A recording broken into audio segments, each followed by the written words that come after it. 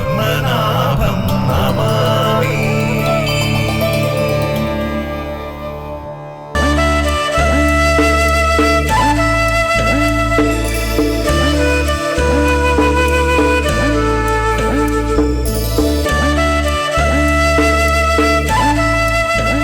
പ്രണാമം. വിജയീ ഭവ, വിജയീ ഭവ. വേദവിത്തായ ഭരദ്വാജമുനിയെ ദശരഥ നന്ദനനായ ഭരതൻ വണങ്ങുന്നു. ഭരതസോദരൻ ശത്രുഘ്നൻ അങ്ങയെ വണങ്ങുന്നു. യശസ്സുകളായി ഭവിക്കട്ടെ.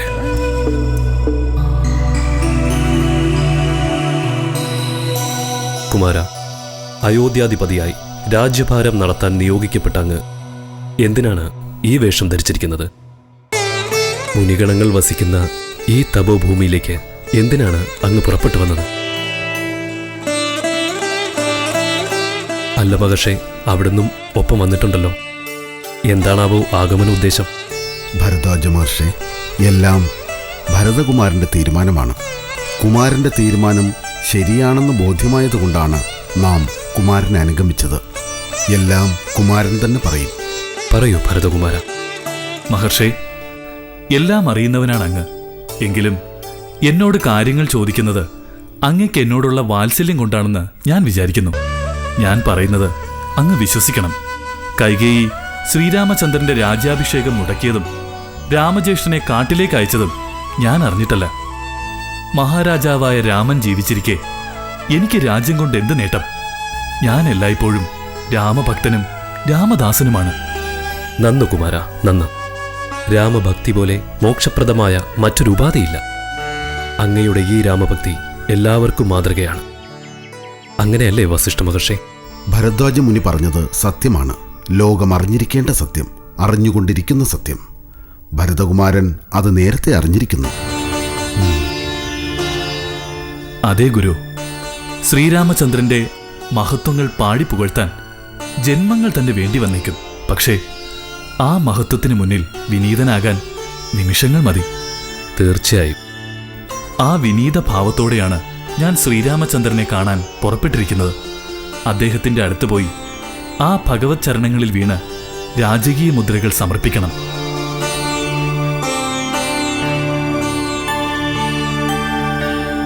നന്നായി. പിന്നെ രാജഗുരു വസിഷ്ഠ മഹർഷിയുടെ കാർമ്മികത്വത്തിൽ അന്ന് മുടങ്ങിപ്പോയ അഭിഷേകം നടത്തണം. എന്നിട്ട് ഭഗവാൻ ശ്രീരാമചന്ദ്രദേവനെ അയോധ്യയുടെ സിംഹാസനത്തിൽ ആസനസ്ഥനാക്കി അവിടത്തെ ദാസനായി ജന്മം കഴിക്കണം. ഭരതകുമാര, അങ്ങീ പറഞ്ഞ കാര്യങ്ങളെല്ലാം ഞാൻ ജ്ഞാനചക്ഷസ് കൊണ്ട് മുമ്പേ തന്നെ അറിഞ്ഞിരിക്കുന്നു. ഇനി സംഭവിക്കേണ്ട കാര്യങ്ങളെക്കുറിച്ചും ഞാൻ അറിയുന്നു. അതുകൊണ്ട് അങ്ങ് ദുഃഖം വെടിയുക. ലക്ഷ്മണനേക്കാൾ രാമഭക്തനാണങ്ങ്. നന്മയേ വരൂ. ഇന്ന് വസിഷ്ഠ മഹർഷിക്കും അങ്ങേക്കും അങ്ങയുടെ പരിവാരങ്ങൾക്കും ഭരദ്വാജാശ്രമം ആതിഥ്യമരുളും. ഇവിടെ രാത്രി തങ്ങി പ്രഭാതത്തിൽ പുറപ്പെടാം. അവിടുത്തെ ഹിതം അല്ലേ ഗുരു? അതേ കുമാര. ഭരദ്വാജ മുനിയോടൊത്ത് ഒരു ദിനരാത്രം ചിലവഴിക്കുന്നത് വിജ്ഞാന നദിയിലിറങ്ങി മുങ്ങുന്നത് പോലെയാണ്. നമുക്ക് നാളെ പോയാൽ മതി. സന്തോഷം മഹർഷേ. ഞാൻ എൻ്റെ നിത്യകർമ്മങ്ങളിലേക്ക് കടക്കട്ടെ. മുനികുമാര, നമ്മുടെ അതിഥികൾക്ക് വേണ്ട സൗകര്യങ്ങളൊരുക്കും. ശരി ഗുരു. വരൂ മഹർഷി, വരൂ രാജകുമാര.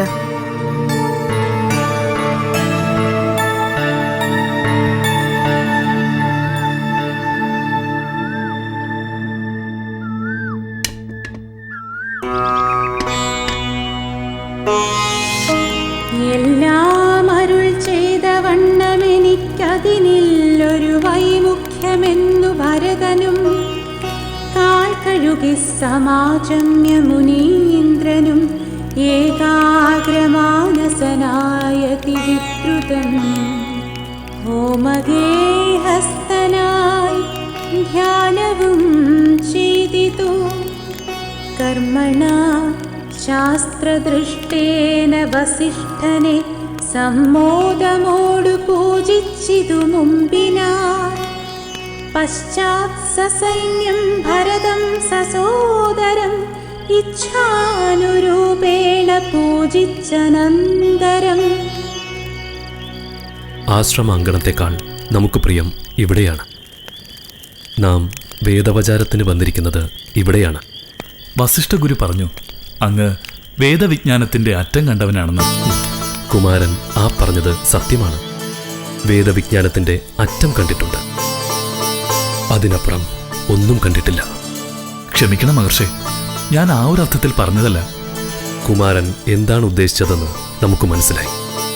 പക്ഷേ വ്യാഖ്യാനിച്ചപ്പോൾ അതിന് ഇങ്ങനൊരർത്ഥം കൂടി ഉണ്ടായി. അതുപോലെയാണ് വേദങ്ങൾ. പറയുംതോറും അർത്ഥമണ്ഡലം വികസിച്ചു വികസിച്ചു വരുന്ന അപാരമായ സാഗരം. പക്ഷേ അപ്പോഴും നമുക്കൊരാശ്വാസമുണ്ട്. വേദാന്തസാരമായ സാക്ഷാൽ സച്ചിദാനന്ദ സ്വരൂപമായ ശ്രീരാമചന്ദ്രനെ ദർശിക്കാനും സ്പർശിക്കാനും സാധിച്ചു എന്ന ആശ്വാസം. അത് സത്യമാണ് മഹർഷേ. കഴിഞ്ഞ കുറേ സംവത്സരങ്ങളായി നാമും ഈ കുമാരന്മാരും അയോധ്യാവാസികളെല്ലാ പേരും അനുഭവിച്ചിരുന്ന ആനന്ദമാണത്. അതേ മഹർഷേ, ഇന്നത് നഷ്ടമായതിന്റെ വ്യസനത്തിലാണ് ഞങ്ങൾ. കുമാര, ആ നഷ്ടം താൽക്കാലികമാണ്. ദേവവിധികൾക്കനുസൃതമാണ് ഈ പരിണാമങ്ങളെല്ലാം. അതെല്ലാം ഉചിതമായ സമയത്ത് വസിഷ്ഠ മഹർഷി കുമാരന് പറഞ്ഞു തരും.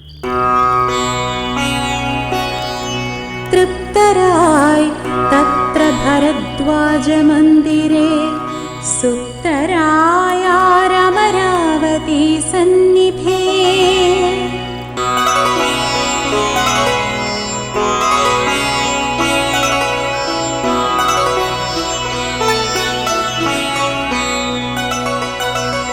സുന്ദരം രാമചന്ദ്രം പരമാനന്ദമന്ദിരമിന്ദ്രാദിവൃന്ദാരക വൃന്ദവന്ദിതമിന്ദിരാമന്ദിരോരസ്ഥലം ഇന്ദ്രാവരജമിന്ദീവരലോചനം ദുർവാദളനിഭശ്യാമളം കോമളം പൂർവജം നീലനളിനദളേക്ഷണം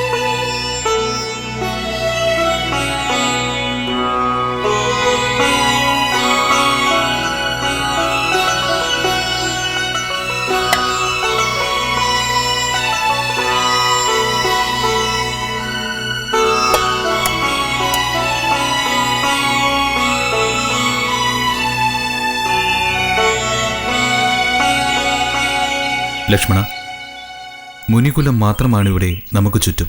അവരല്ലാതെ അയോധ്യാവാസികൾ ആരും വന്ന് നമ്മുടെ സ്വൈര്യം കെടുത്തുന്നില്ലല്ലോ, അല്ലേ? ഇല്ല ജ്യേഷ്ഠ, ആരും തന്നെ ഇങ്ങോട്ട് വന്നിട്ടില്ല. അവർക്ക് വഴി കണ്ടെത്തുക അത്ര സുഗമമല്ല.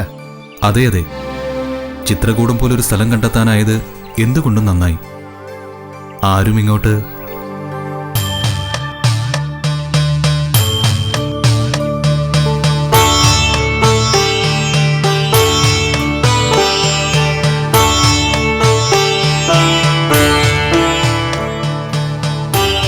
ആരും ഇങ്ങോട്ട് വരുന്നില്ല എന്ന് പറഞ്ഞു തുടങ്ങിയപ്പോൾ തന്നെ ആളുകൾ ഇങ്ങോട്ട് വന്നു തുടങ്ങിയല്ലോ.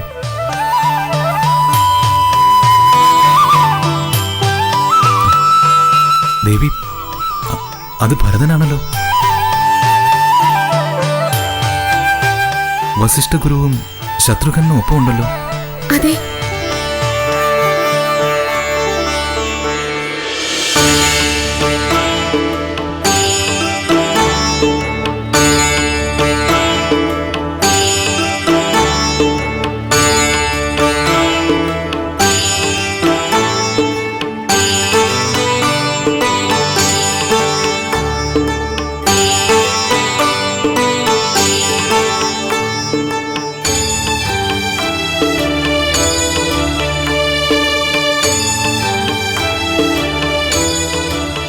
ഗുരു, നോക്കിയാലും ശ്രീരാമചന്ദ്രദേവൻ സീതാദേവി ലക്ഷ്മണനൊത്ത് അത് അവിടെ. നോക്കൂ ഗുരു, നോക്കൂ.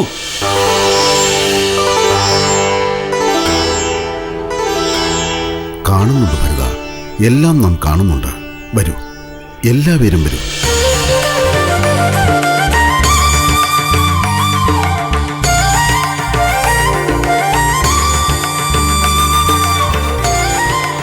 ജ്യേഷ്ഠ അനുഗ്രഹിച്ചാലും. ഭരത, എന്താ ഇത് കൊച്ചുകുട്ടികളെ പോലെ? എഴുന്നേൽക്ക്.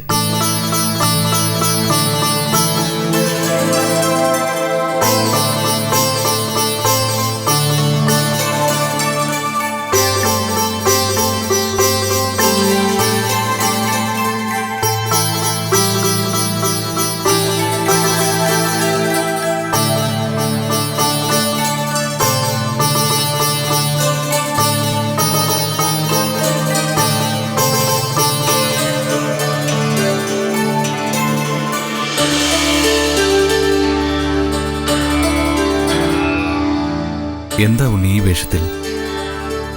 അയോധ്യ വാഴേണ്ട രാജാവല്ലേ നീ? ജ്യേഷ്ഠ, ചെവി തുളയ്ക്കുന്ന വാക്കുകൾ പറയാതിരിക്കൂ. അയോധ്യ വാഴുന്നത് വാഴേണ്ടത് അങ്ങാണ്. ഞാൻ അങ്ങയുടെ ദാസൻ മാത്രം. ഇല്ല കുമാരൻ, അയോധ്യ വാഴുന്നത് നമ്മുടെ പിതാവ് ദശരഥ മഹാരാജാവാണ്. നാളെ അയോധ്യയിൽ രാജാവായി വാഴേണ്ടതും നീയാണ്. കൈകേയി മാതാവിൻ്റെയും പിതാവ് ദശരഥ മഹാരാജാവിൻ്റെയും ഹിതം അതാണുണ്ണി. ജ്യേഷ്ഠ, അങ്ങ് വീണ്ടും മനസ്സ് തളരുന്ന വാക്കുകളാണ് പറയുന്നത്.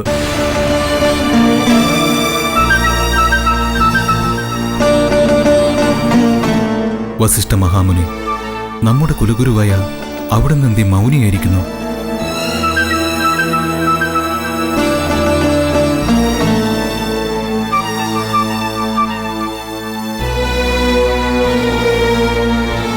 അയോധ്യാധിപനായ പിതാവ് ദശരഥന് ക്ഷേമം തന്നെയല്ലേ?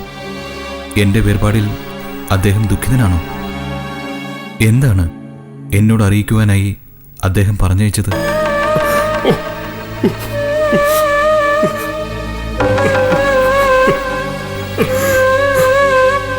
എന്താ കുമാര, എന്തിനാ നീ കരയുന്നത്? എന്തുണ്ടായി?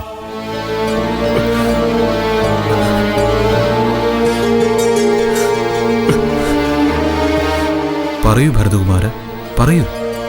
അല്ലയോ രഘുരാമ, അങ്ങയുടെ വിയോഗം പിതാവ് ദശരഥനെ വല്ലാതെ തളർത്തിയിരുന്നു. ആ വേർപാടിൽ മനംനൊന്ത് ദശരഥ മഹാരാജാവ് ഹേ രാമ, ഹേ സീതേ, ഹേ ലക്ഷ്മണ എന്നൊക്കെ നിങ്ങളുടെ പേര് വിളിച്ച് നിങ്ങളെ തന്നെ സ്മരിച്ചുകൊണ്ട് പ്രാണൻ വെടിഞ്ഞു.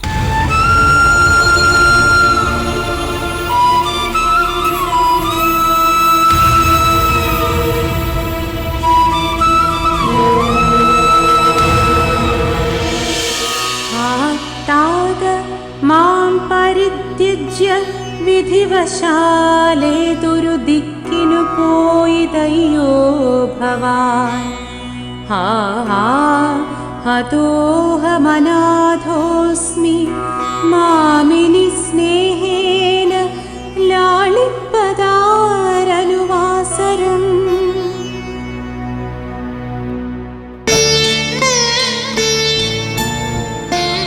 എങ്കിലും പിതാവ് ഇത്ര വേഗം നമ്മെ ഉപേക്ഷിച്ച് പോയല്ലോ ഗുരു. ഞാനിതെങ്ങനെ സഹിക്കും? എൻ്റെ പേര് വിളിച്ച് കരഞ്ഞ് എന്നെ കാണാതെ ദുഃഖിച്ചാണല്ലോ അദ്ദേഹം മരിച്ചത്. ഇതെന്നെ എന്നെന്നും അലട്ടിക്കൊണ്ടിരിക്കും മഹർഷി. ശ്രീരാമചന്ദ്ര, അങ്ങ് ഈ വിധം ദുഃഖിക്കുന്നതിൽ ഒരർത്ഥവുമില്ല. അങ്ങയുടെ പിതാവ് ദശരഥ മഹാരാജാവ് യാഗങ്ങൾ ചെയ്ത് പുണ്യം കൈവരിച്ച മഹാത്മാവാണ്. ദേഹവിയോഗത്തിലൂടെ അദ്ദേഹം പുണ്യലോകങ്ങൾ പ്രാപിച്ചു കഴിഞ്ഞിരിക്കുന്നു. അതുകൊണ്ട് തന്നെ അങ്ങയുടെ ഈ വിലാപം തീർത്തും വ്യർത്ഥമാണ്, അർത്ഥശൂന്യവുമാണ് കുമാര. ജ്യേഷ്ഠ, പിതൃവിയോഗത്തിന്റെ ഈ പശ്ചാത്തലത്തിലാണ് ഞങ്ങൾ ഇങ്ങോട്ട് പോരുന്നത്. ഇന്ന് അയോധ്യയ്ക്ക് രാജാവില്ല, അങ്ങാണ് ഇനി അയോധ്യയുടെ രാജാവ്. ഇതാ വസിഷ്ഠ ഗുരു ഒപ്പമുണ്ട്. അദ്ദേഹത്തിന്റെ കാർമ്മികത്വത്തിൽ അങ്ങ് അയോധ്യയുടെ രാജാവായി അഭിഷിക്തനാകണം.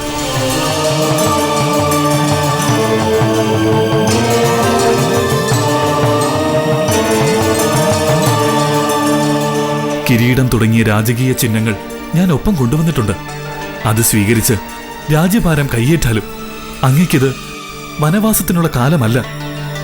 രാജ്യഭാരമേറ്റ് യാഗങ്ങൾ നടത്തി പുത്രന്മാരെ ജനിപ്പിച്ച് വാർദ്ധക്യമണയുമ്പോൾ രാജസിംഹാസനത്തിൽ അവരെ അവരോധിച്ച് അങ്ങയ്ക്ക് വനവാസത്തിന് പുറപ്പെടാം. അവിടുന്ന് എന്നോട് കരുണ കാട്ടിയാലും എന്റെ മാതാവ് ചെയ്ത അപരാധം മറന്നു കളഞ്ഞാലും ജ്യേഷ്ഠ,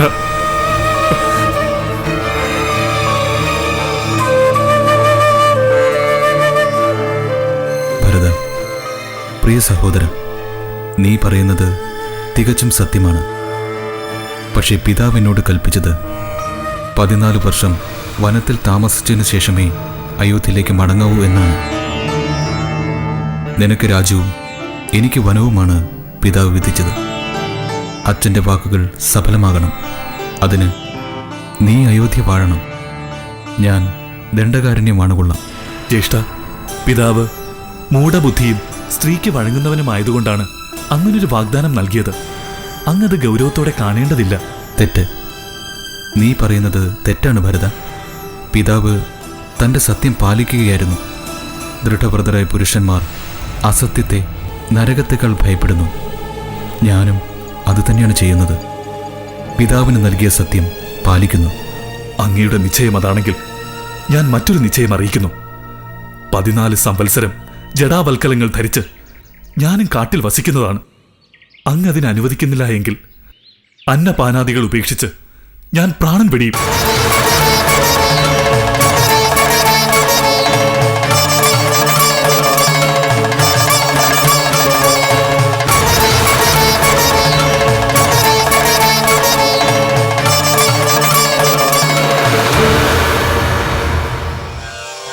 സ്നേഹവിശ്വാസങ്ങൾ അനാദിയായ സദ്വികാരങ്ങളാണ്.